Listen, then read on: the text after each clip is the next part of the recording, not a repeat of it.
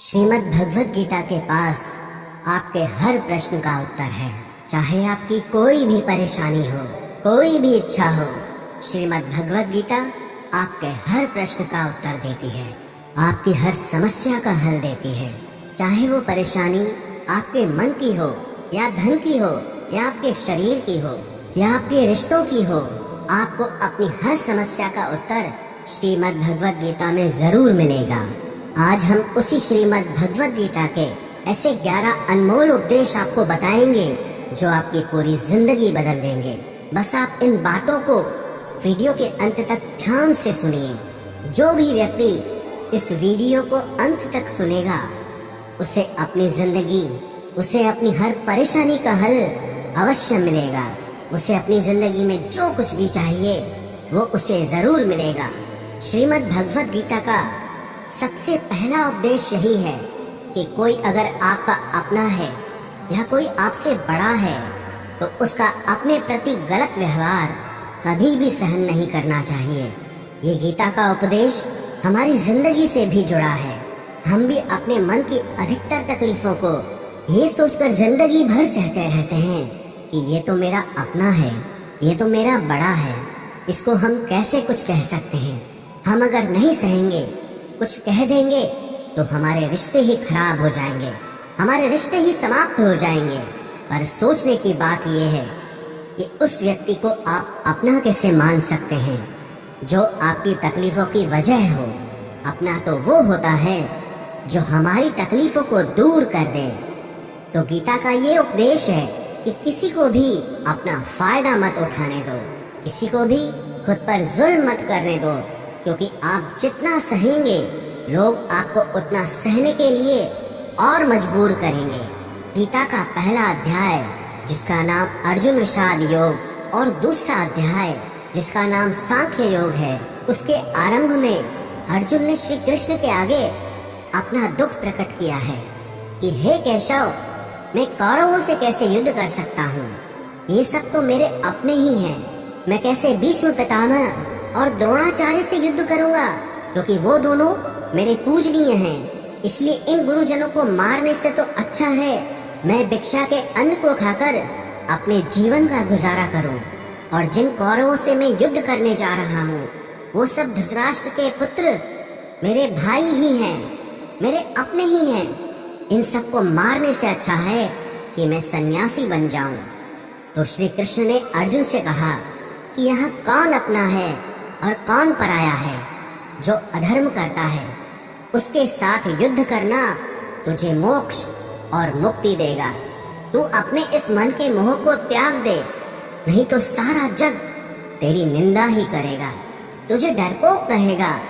बात अपने पराये की नहीं है, बात धर्म और अधर्म की है, बात सही और गलत की है।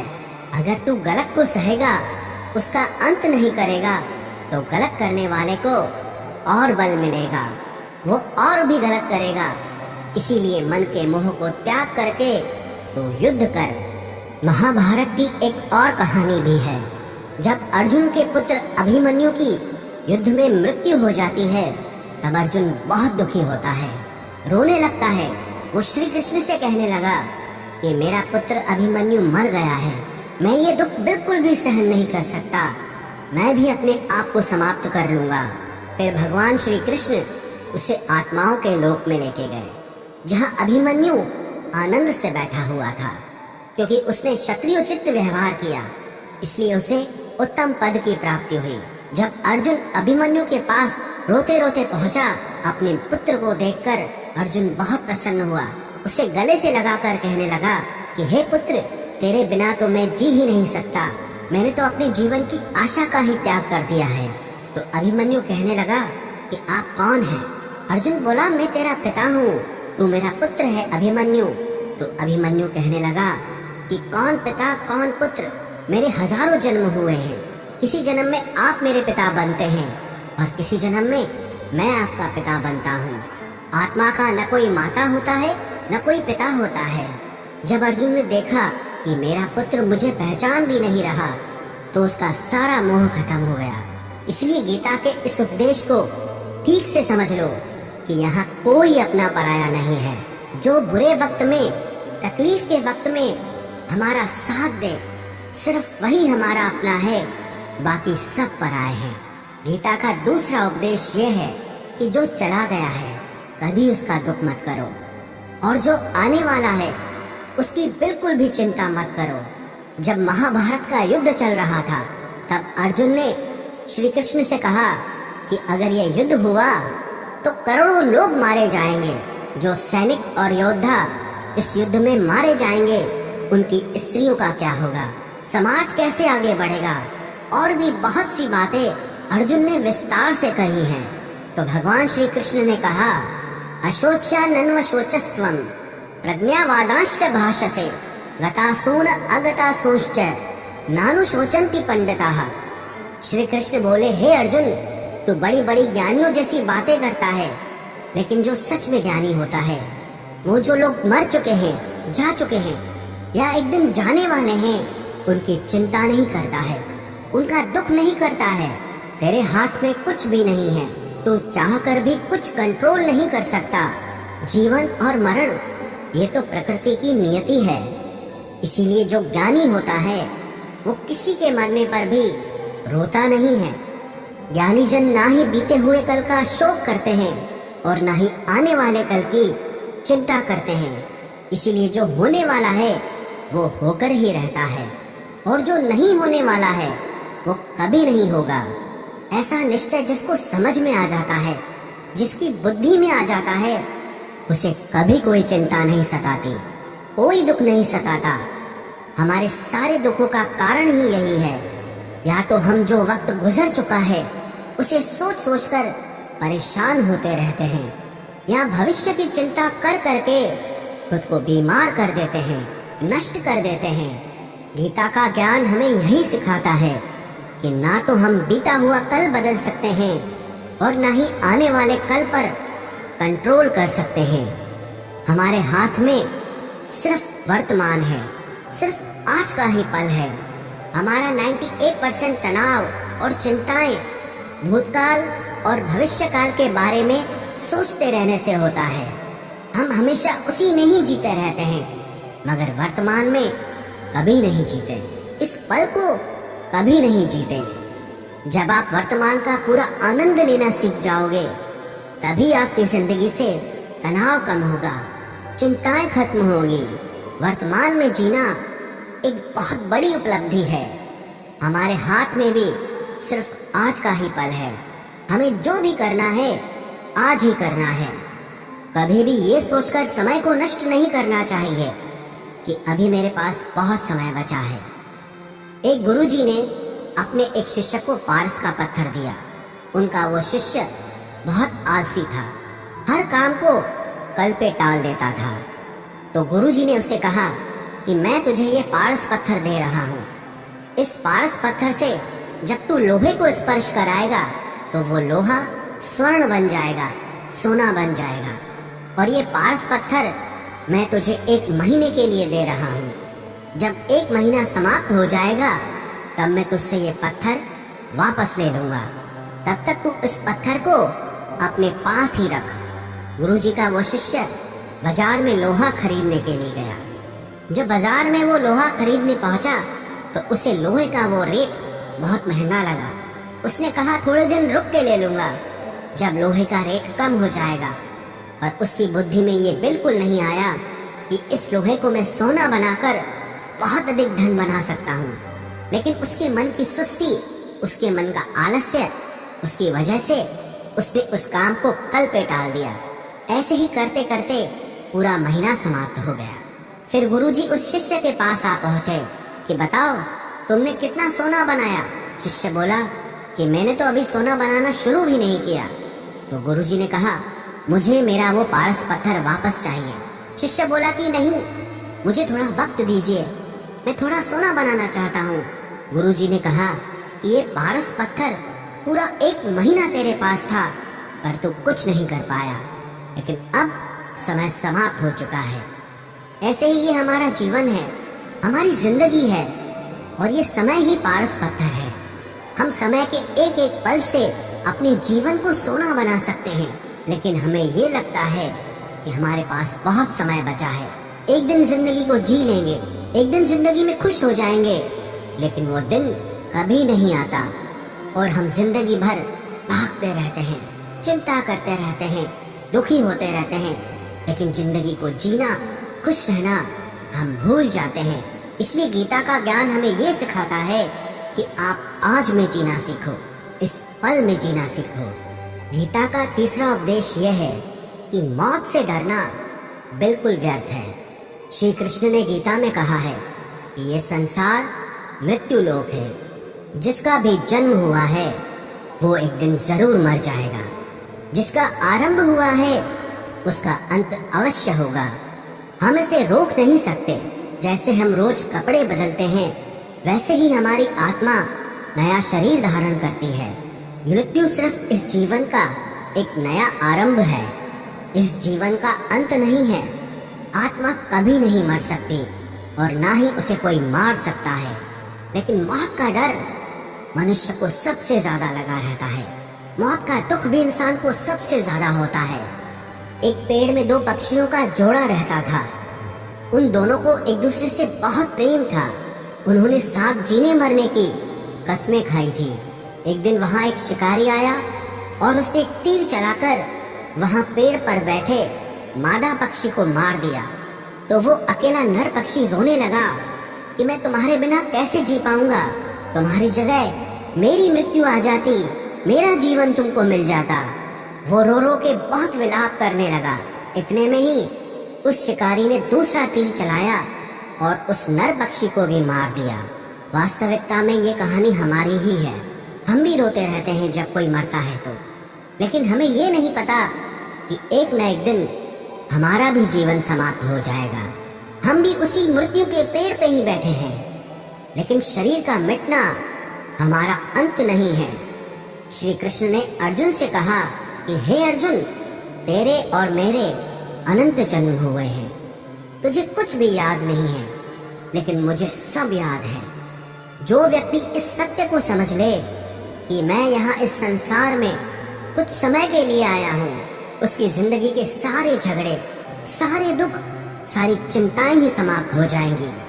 जब इस संसार से जाना ही है तो दुख किस बात का। पहले के जमाने में साधु महात्मा लोग पैदल यात्रा करते थे। यात्रा करते करते वो एक नगर में पहुंचे। वो महात्मा बहुत थक चुके थे। उस नगर में उन्होंने एक महल देखा और उन्होंने उस महल में जाकर विश्राम करने का सोचा और वो महल में जाकर सो गए। जब उस महल में वहां का राजा पहुंचा तो अपने पलंग पर उस महात्मा को सोता देखकर बहुत हैरान हो गया। राजा उस महात्मा से पूछने लगा कि तुम मेरे महल में कैसे घुस आए और मेरे बिस्तर पर सो रहे हो।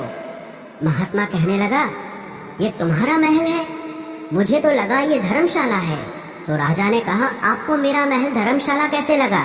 तो महात्मा ने राजा से प्रश्न किया कि तुमसे पहले इस महल में कौन रहता था? तो वो राजा बोला कि मुझसे पहले मेरे पिता यहाँ पर रहते थे और उससे पहले मेरे दादाजी यहाँ पर रहते थे। तो महात्मा ने फिर प्रश्न किया कि क्या तुम इस महल में हमेशा रहोगे या तुम्हारे बाद कोई और रहेगा? तो राजा कहने लगा कि मेरे बाद मेरा पुत्र इस महल में रहेगा। तो महात्मा राजा से कहने लगे कि जिस जगह पर रहने वाले बार बार बदल जाते हो उसे घर कैसे कह सकते हो? वो तो धर्मशाला ही है। इसीलिए तेरे महल को धर्मशाला समझकर मैं इसमें रात बिताने के लिए आ गया। धर्मशाला जान जग को, जीव सब मेहमान है। मोह किससे मत करो, सब स्वप्न का सामान है। यदि हम भी इस बात को समझ लें कि हम यहाँ कुछ समय के लिए आए हैं, आनंद करने के लिए आए हैं, खुश रहने के लिए आए हैं, तो हमारे सारे दुख ही समाप्त हो जाएं।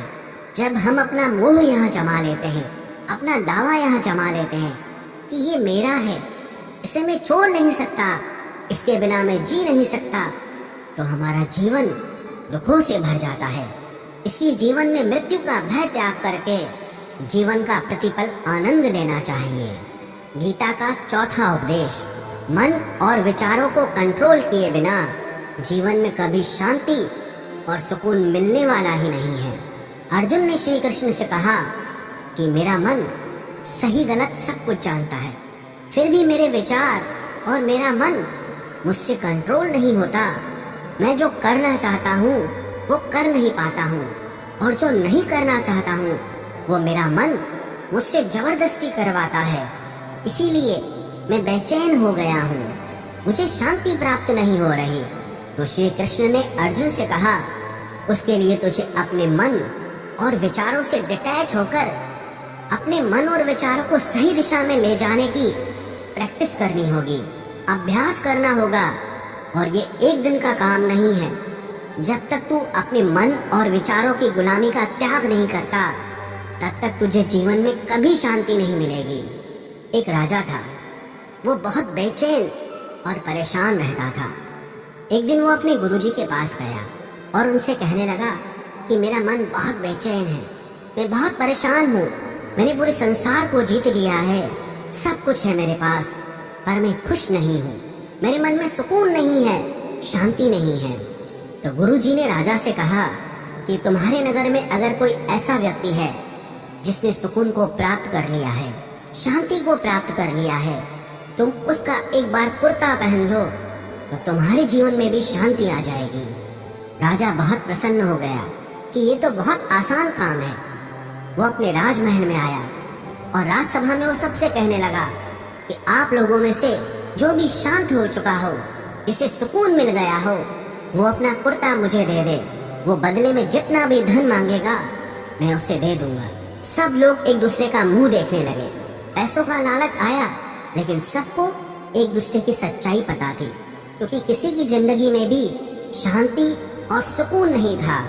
सब अपना सर झुकाकर वहां पर खड़े हो गए। फिर उस राजा ने पूरे नगर में ढिंढोरा पिटा दिया कि जिसे भी शांति प्राप्त हो चुकी हो, सुकून प्राप्त हो चुका हो, वो मेरे पास आकर अपना कुर्ता दे दे। वो जितना कहेगा उससे उतना ही धन दिया जाएगा। लेकिन एक भी व्यक्ति ऐसा नहीं मिला जिसे शांति प्राप्त हो चुकी हो। वास्तविकता में जब कोई मरता है तब हम कहते हैं कि वो फला व्यक्ति आज शांत हो गया। कभी किसी जिंदा इंसान के लिए नहीं सुना कि एक जीता जागता इंसान शांत हो गया है। राजा के सैनिक पूरे शहर में ढूंढते रहे, फिर उन्हें पेड़ के नीचे एक महात्मा तपस्या करता दिखा, जिसके चेहरे पे एक शांति थी, सुकून था। वो सैनिक उस महात्मा के पास आकर पूछने लगे कि क्या आपने शांति प्राप्त कर ली है, सुकून प्राप्त कर लिया है? महात्मा ने कहा, मैं पूरी तरह से शांत हूँ। तो सैनिक उसे राजा के पास ले आए। राजा ने उस महात्मा से प्रश्न किया कि क्या आपको शांति और सुकून प्राप्त हो चुके हैं?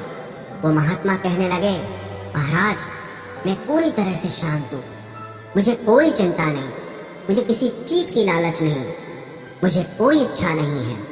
तो राजा भी बहुत प्रसन्न हो गए कि आखिर वो व्यक्ति मिल ही गया जिसे शांति की प्राप्ति हो चुकी है, जिसे सुकून प्राप्त हो चुका है। तो राजा उस महात्मा से कहने लगे कि हे महात्मा, आप कृपया करके अपना कुर्ता मुझे दे दीजिए, बदले में आप जो मांगेंगे मैं आपको दे दूंगा।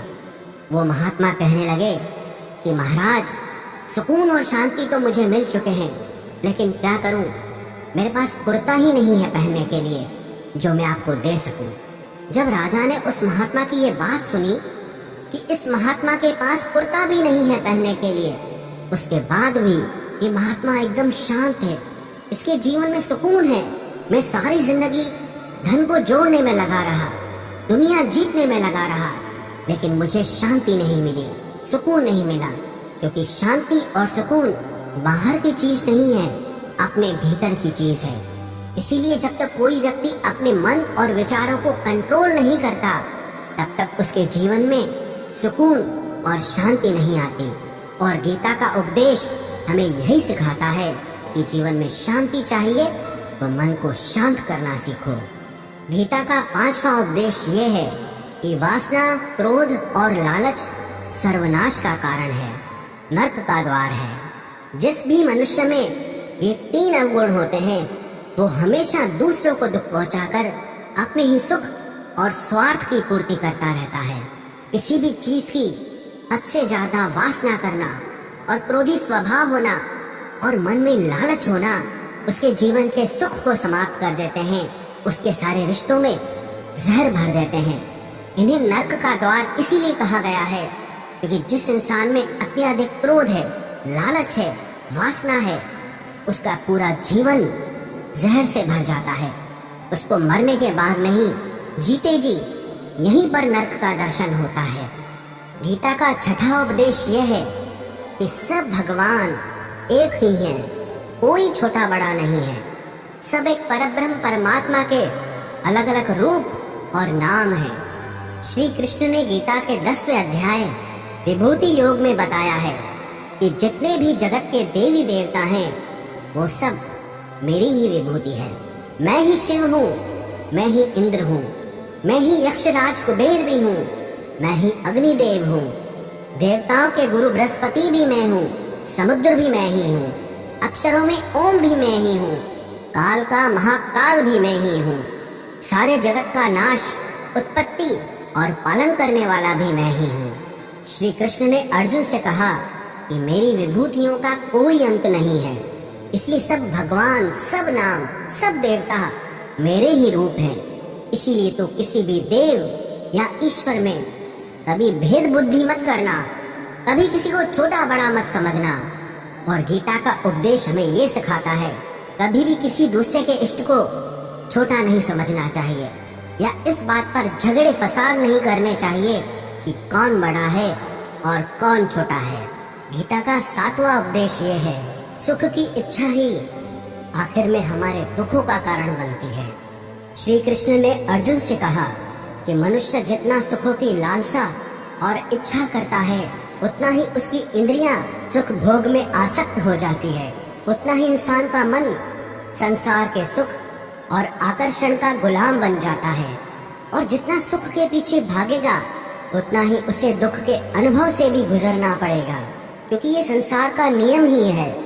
जो चीजें शुरू में मन को बहुत आकर्षित करती हैं बाद में बहुत दुख देती हैं, और जो चीजें शुरू में मुश्किल लगती हैं, कठिन लगती हैं, बाद में हमें बहुत काम आती हैं। गीता का 8वां उपदेश ये है, जो भी मनुष्य दुनिया के सारे सहारे छोड़कर सिर्फ भगवान को ही अपना सहारा मान लेता है, उसकी हर जरूरत वो ईश्वर पूरी करता है। उसकी हर प्रकार से रक्षा वो परमात्मा ही करता है। अनन्याश्चिन्तयो माम ये जनाः पर्युपासते तेषां नित्याभियुक्तानां योगक्षेमं वहाम्यहम्। जो भी व्यक्ति मुझे ही अपना सहारा मानता है उसका योगक्षेम मैं वहन करता हूँ।